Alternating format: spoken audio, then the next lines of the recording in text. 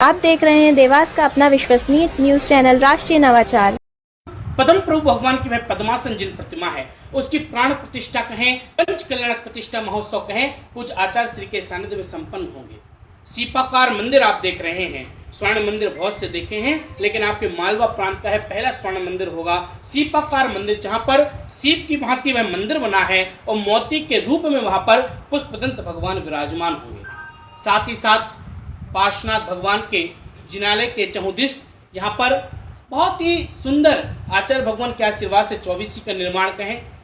यहाँ पर कलश मंदिर का निर्माण है, सारी वेदियों का नवीनीकरण है, रत्नमयी हिरिम 24 का निर्माण किया गया है एवं ईशान दिशा कहते हैं, ईशान दिशा में आवागमन हो, इसलिए पूज्य गुरुदेव के आदेश से, पूज्य गुरुदेव के आशीर्वाद से पूज्य गुरुदेव सौरभ सागर जी महाराज ने एक ईशान दिशा में विशाल द्वार का निर्माण कराया। आप सभी ने आते हुए देखा भी होगा, निर्माण कराया है जिसे ईशान दिशा से द्वार खुले और पुष्पगिरी में प्रवेश हो सके। ऐसे 22 माह के प्रवास में अनेक अनेक कार्य किए हैं, जिसकी प्राण प्रतिष्ठा कहें, क्योंकि मंदिर बन जाते हैं, भगवान विराजमान हो जाएं, लेकिन जब तक वहां पर प्राण प्रतिष्ठा ना हो, पंच कल्याणक ना हो, वह मूर्त नहीं रहती है। इसलिए प्राण प्रतिष्ठा में सूर्य मंत्र देने के लिए आचार्य भगवान का सानिध्य हमें मिलेगा। यह पंच कल्याणक प्रतिष्ठा महोत्सव 4 अप्रैल से लेकर के 10 अप्रैल तक होगा। ये कार्यक्रम खाली जैनों से संबंधित नहीं है, पहली बात मानवता से संबंधित है। इस बात को हमेशा ध्यान में रखें। जब हम पंचकल्याणक की घोषणा करते हैं, इसमें जाति भी नहीं होती और व्यक्ति भी नहीं होता है, ना एक समाज होती है।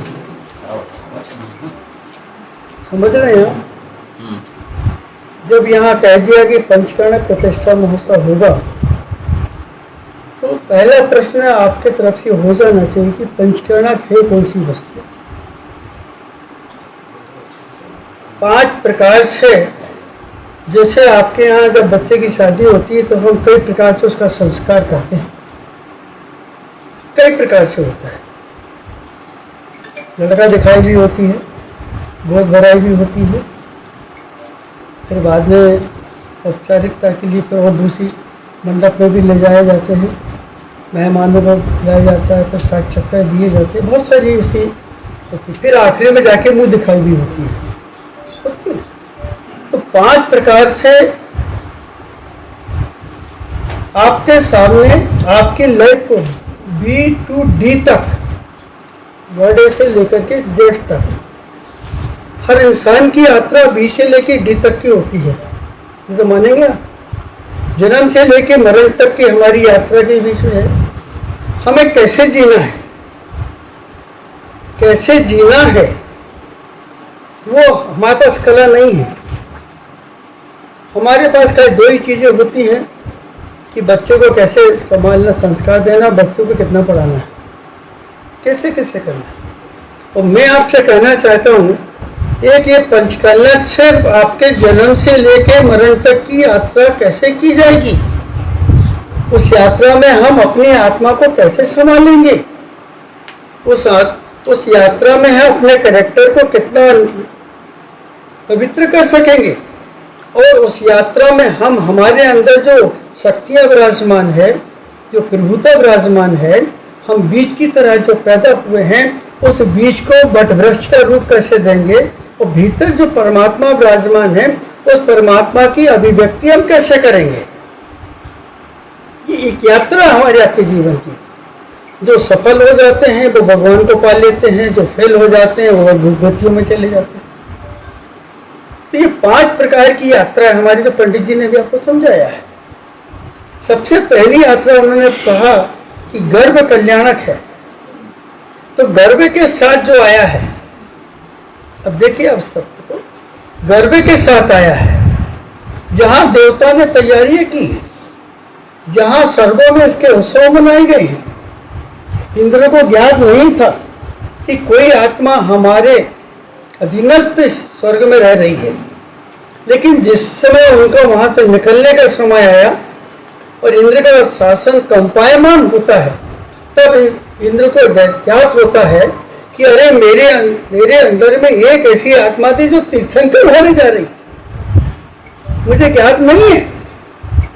वो गर्भ की यात्रा में आ रहा था, वो गर्भ के साथ आ रहा था। उस गर्भ की यात्रा में आने के पहले स्वयं इंद्र ने माँ के निकट इतनी देवियों को पहुंचा दिया कि ताकि माँ को कष्ट न हो सके, और वो पुत्र ऐसा जन्म ले रहा है जो पूरी सृष्टि का उद्धार करने वाला है। पंचकलनक का मतलब है कि हम अपना भी करेंगे और अपने साथ साथ दूसरे का भी करेंगे। मेरे जन्म जैसे आपका जन्म वैसा मेरा भी जन्म है, ये तो निश्चित बात होगी, इसमें कोई डाउट भी नहीं है हमें। लेकिन वो जन्म और मरण के बीच में कौन कैसा जिएगा ये निश्चित नहीं है। तो पंचकलनक के माध्यम से हम यह आपको विदित कराएंगे, हम आपको समझाएंगे कि वह घर में आने वाले जीव पे सेवाएं कैसी की जाती हैं। एक लड़की जब गर्भवती होती है तो हमारे परिवार में उसकी कितनी देखरेख होती है वो आपको मालूम है। कितने अनुशासन लगते हैं, कितना उसे त्याग करना पड़ता है कि गर्भ में जो पेट में हमारे पुत्र है उसके जीवन को हम कैसे संभालें। उसको संभालने के लिए पूरे कानून लगा दिए जाते हैं घर की ओर से। बाहर मत जाओ, दौड़ के मत जाओ, गलत व्यक्तियों के साथ मिलो जुलो नहीं, होते कि नहीं। और जो सात्विक व्यक्ति उससे मिलने की कोशिश करो। हमारे पास 3 प्रकार के व्यक्ति हुआ करते हैं, पहले तामसिक, दूसरे राजसिक और तीसरे सात्विक। तामसिक वो है जो मरने मारने से नहीं डरते हैं, ये तो आपको समझ में ही आता है सबको। अब राजसिक कौन है? जो बहुत अहंकार से भरे हुए होते हैं और अपना रुतबा दिखाना चाहते हैं। तीसरे सात्विक वो है जो खुद जीते हैं और आपको जीने की कला सिखाते हैं। तो वहां से इंद्र की ओर से गर्भ कल्याण का बताया जाएगा कि एक बीज बट वृक्ष कैसे बनता है और एक जीव जो नर से नारायण कैसे बनता है, वो कला उसके अंदर बताया जाएगा। तो इसके माध्यम से कि माँ के गर्भ में आने वाले शिष्य को या संतान को हम कैसे संभाले, वो कला आपको गर्भ कल्याण से मिलेगी। फिर जन्म कल्याण, तो उसके जन्म को हम कैसे संभालेंगे, अब उसकी यात्रा शुरू हो रही है बर्थ से लेकर डेथ तक, मरण तक। उसमें भी हम माँ कैसे रहेगी, पिता कैसे रहेंगे, भाई कैसे रहेंगे, संबंधी कैसे रहेंगे, और हमें क्या क्या उसके साथ, बच्चे के साथ अपना अनुशासन लागू करना है और संस्कार देना। जन्म की यात्रा होती है।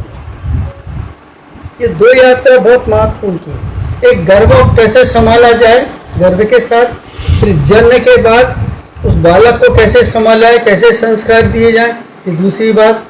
आज आम व्यक्ति को जहाँ जहाँ भी ये सब आयोजन होते हैं उनको नहीं ज्ञात है। खाली हम लोग मंचों पे जाके मंचासन कर लेते हैं, कुछ कार्यक्रम दिखा देते हैं, लेकिन ये एहसास नहीं करा पाते कि हम गर्भ में कैसे रहे, हमें गर्भ में संस्कार देने कौन आया, और जन्म के बाद एक माँ एक पिता अपने सारे सुख को तिलांजलि दे करके बेटी को कितना पढ़ाता लिखाता है। जानते हैं ना आप लोग, आपको भी अनुभव होगा इस बात का। वो जन्म की यात्रा होती है, वो संस्कारों की यात्रा होती है।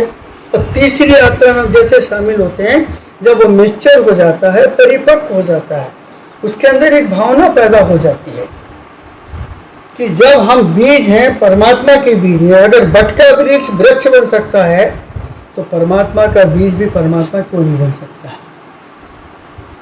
ये निश्चित होगी बात। तो एक द्वार खोल दिया जाता है, एक रास्ता प्रशस्त कर दिया जाता है कि भाई तब कल्याणक के माध्यम। तब कल्याणक का मतलब है कि अपनी इंद्रियों पे कंट्रोल कर लो, अपनी आंखों पे कंट्रोल कर लो, अपने श्रवण के पे कंट्रोल कर लो, जो पांव यात्रा कर रहे हैं, जो गलत दिशाओं में जा रहे हैं, उन पे भी कंट्रोल कर लो, और मन पे भी कंट्रोल कर लो। मन और वचन पे जहाँ कंट्रोल होता है वह हमारी यात्रा परमात्मा की यात्रा बनती है। तो तीसरा पायदान है, उसमें बहुत सारी प्रक्रियाएं भी होती हैं। फिर चौथी यात्रा शुरू हो जाती है ज्ञान की।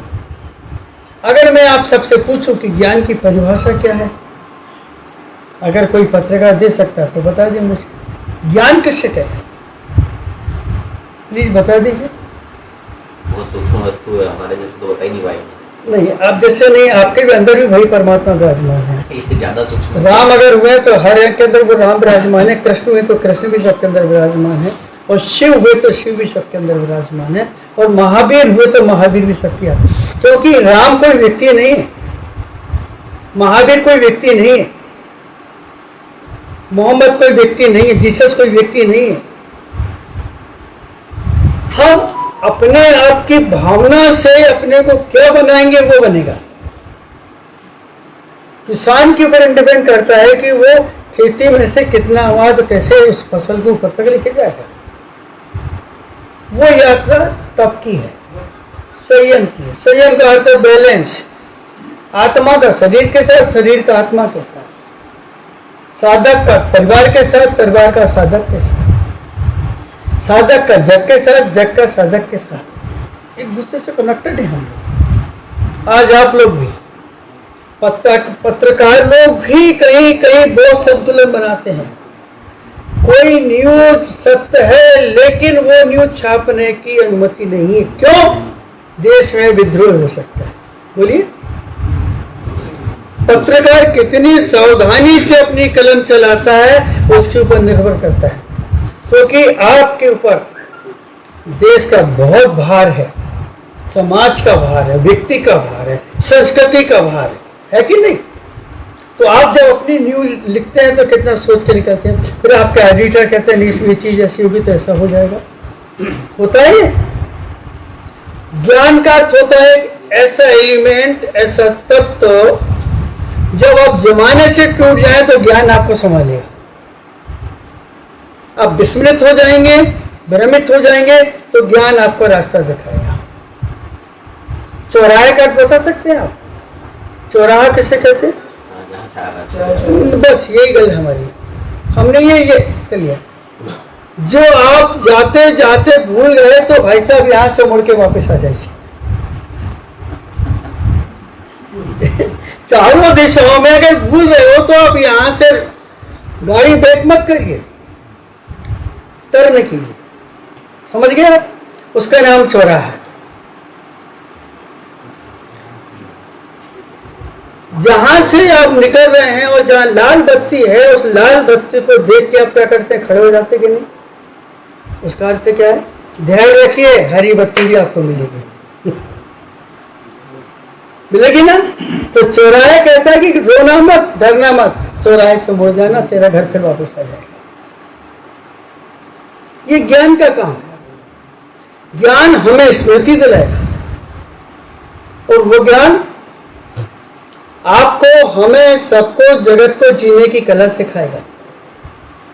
क्या सत्य यह बताएगा, आप कहाँ भटक गए ये बताएगा, आपने कौन सी गलती की ये बताइए। कौन बताएगा? ज्ञान बताएगा। लेकिन उस ज्ञान को कहते हैं राइट नॉलेज, सम्यक ज्ञान, कि आप स्वयं अपने उत्तरदायी हैं। आपको परमात्मा बनने से किसने रोका है? आपकी इच्छाओं ने। तो ज्ञान कहेगा इच्छाओं ने। कोई इच्छाएं किससे कनेक्टेड हुई? मन से। मन किससे कनेक्टेड हुआ? काया से। तो शरीर ने अपनी मांग रख दी, मन ने अपनी मांग रख दी, और आप भटक गए। ना शरीर की क्यूरियोसिटी देखी, ना मन का चंचलता देखा, और हम संसार की तरफ फिर मुड़ गए। तो ज्ञान का अर्थ है हम भटक रहे हैं या आज हम एक दानों को मोहताज हैं, तो ज्ञान आपको जिंदा रहने की कला सिखा देगा, कमाने की कला सिखा देगा, लौटने का रास्ता बता देगा। बताएगा नहीं? मील के पत्थर पे खाली लिखा है 25 किलोमीटर, लिखा है ना, पक्का है, तो लिखा है, लेकिन पत्थर नहीं बोलेगा। जो आपके अंदर ज्ञान है वो एरो की तरफ देखेगा, और वहां से गाड़ी मोड़ के सीधा पांव चलेंगे, आंख देखेगी, नाक सुनेगी, मुंह बोलेगा, और शरीर कार्य करेगा। ये एलिमेंट है आपके पास।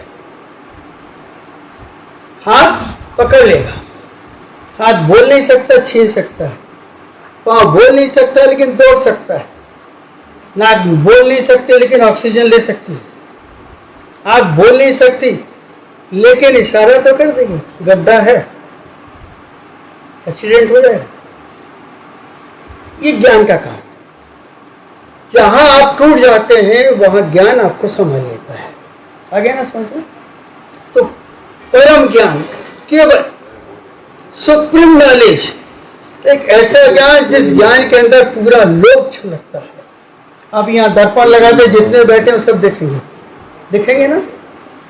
दर्पण ने मांगा कुछ? ज्ञान मांगता नहीं। हमारे पास ज्ञान नहीं है, इंफॉर्मेशन टेक्नोलॉजी है। आप जितने बैठे ना सब एक दूसरे को समझ के, सुन के, किसी ने बोल दिया वो समझ निकल गए। ज्ञान वह है जो समता दे, विनय दे, संतुलन दे, परमात्मा के पास ले जाए, सात्विक बनाए, परमात्मा से मिला, उसका नाम ओरिजिनल ज्ञान, केवल ज्ञान। हरा पूरा समझो। प्रश्न उठे तो उठा सकते हैं मुझसे। अब अंतिम पायदान है निर्वाण, मुक्ति जिसको कहते हैं। वो ज्ञान अंत में जाकर के आपको कहता है जब तक तेरी काया रहेगी तब तक तू नहीं जा पाएगा। सुई के डोरे में अगर एक भी हम गांठ लगा दें तो डोरा सुई के पार ही होगा। तब एक गांठ बाकी है, योग बाकी है, कर्म बाकी है। तो निर्वाण, सा रे ग म प ध नि, इतने होते हैं। बोलिए तो ये ना, सा माने साकार, नि माने निराकार। अब 6-5 के चक्कर में फंस गए आप। साकार में आते गए, उस साकार ने आपको राग में डाल दिया, गफलत में डाल दिया, सारे गा मा मोह में डाल दिया, पाप में डाल दिया, धन के पीछे दौड़ा दिया था। देखे ना, उसके अगर शब्द की बारीक में जाएंगे तो साकार से लेकर निराकार तक की जो यात्रा करा वो निर्वाण किया।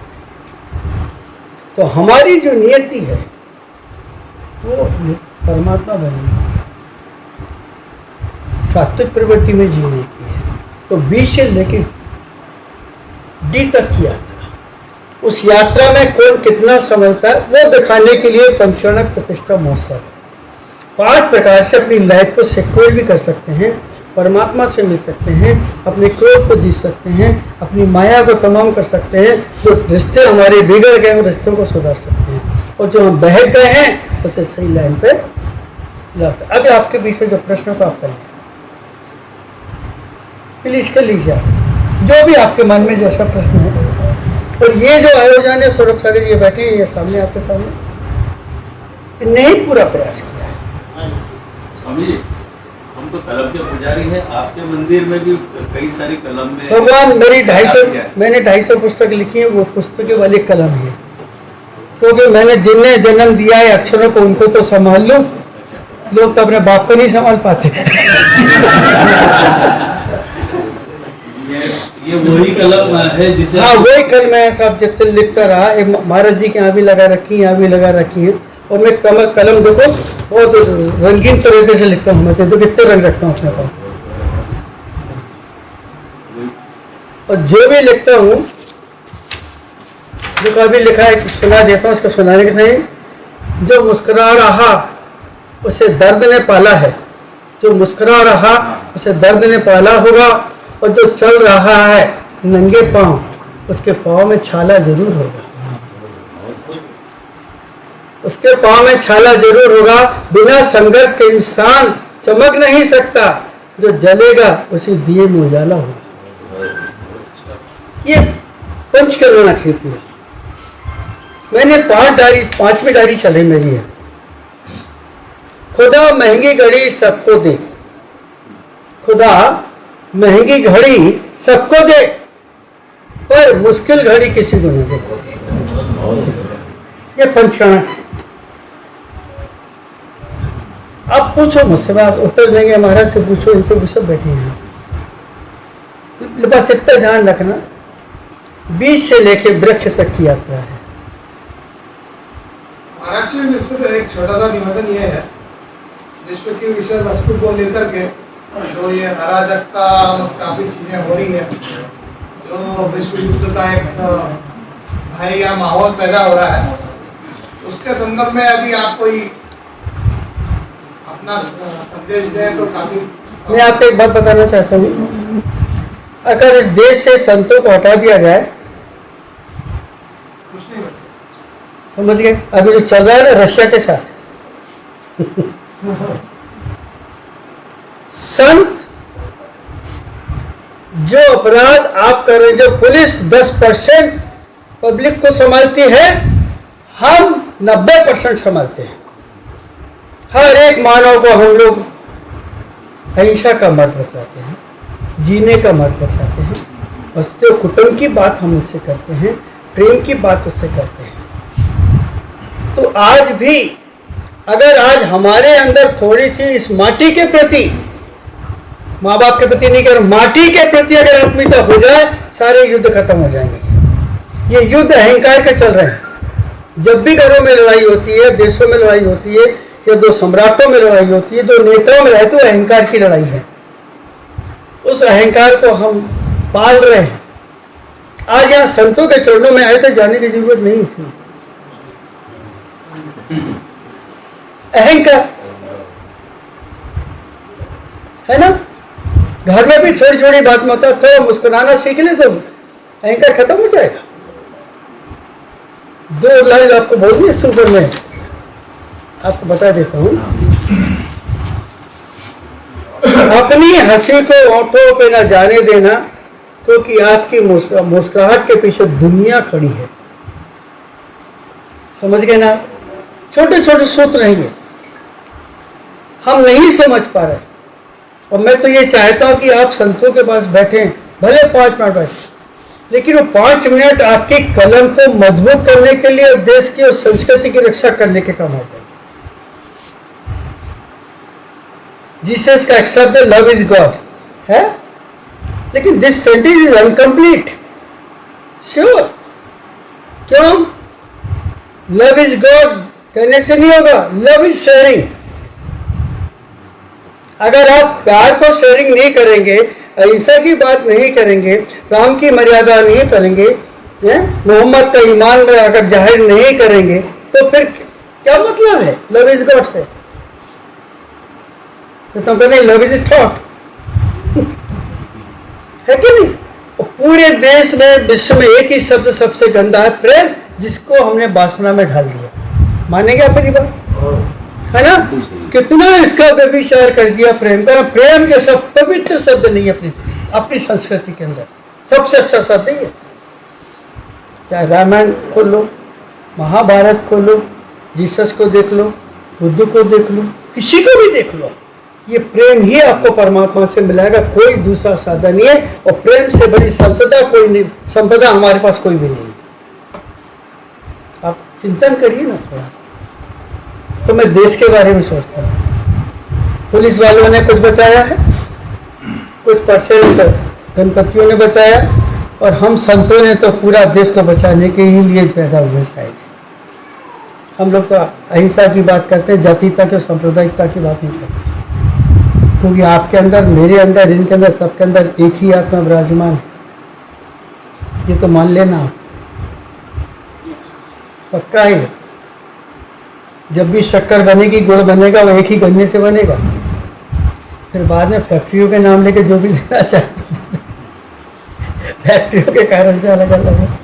महाराज जी, एक और ये खबर आई थी कि जो भूतल परिवहन मंत्री नितिन गडकरी, उन्होंने सारे राष्ट्रीय राजमार्गों के साथ एक अलग से मार्ग भी सारे संतों के लिए बनाने का निर्णय लिया। इस बारे में क्या कहें? उसका कारण सिर्फ इतना था कि हम लोग सड़कों पर निकलते हैं तो बहुत ज़्यादा एक्सीडेंट हो रहे हैं। मेरे साथी सूरत के पास हो गए थे, 2 तो मेरे साथी वहीं सड़क पे चले गए थे। तो एक पत्थर ऐसा अगर दे दिया जाए तो इसलिए दिया, अलग से निकालने का मतलब कोई सांप्रदायिकता नहीं थी उसमें, खाली हमारे देश के संत जीवित निकल जाए। हाँ जी, आज जो राजनीति का व्यू आपका क्या है आज के देश में? राजनीति से संबंधित नहीं हूँ इसलिए मेरा व्यू राजनीति में नहीं देता हूँ आपको। जो देश संभाले उनसे पूछो। ठीक है, आजकल के जो नवयुवक आ रहे हैं, फर्स्ट ईयर सेकेंड ईयर थोड़ा सा इधर उधर जा रहे हैं, उनके बारे में क्या? भगवान क्या हो रहा है कि हमारी शिक्षा पद्धति में बहुत परिवर्तन हो गया। समझे ना?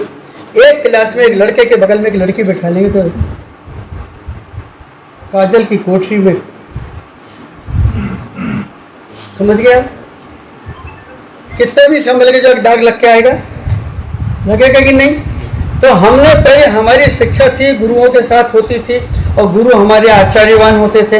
अब जब वहाँ का प्रोफेसर ही सब दच के जाएगा तो लड़का लड़की क्यों नहीं जाएगी? हमने अपनी संस्कृति में कहीं ना कहीं कुछ बिखराव लाए। आज हमारे स्कूल कार्य चलता, हमारे यहाँ कुछ भी नहीं, हम लोग कड़क सिस्टम से चल रहे और सब जगह अगर ये बात लागू हो जाए तो बच्चे हमारे हैं, मान लेंगे। आजकल बच्चे माँ बाप की नहीं मानते, टीचर की मानते हैं। मानोगे? पक्का है ना ये?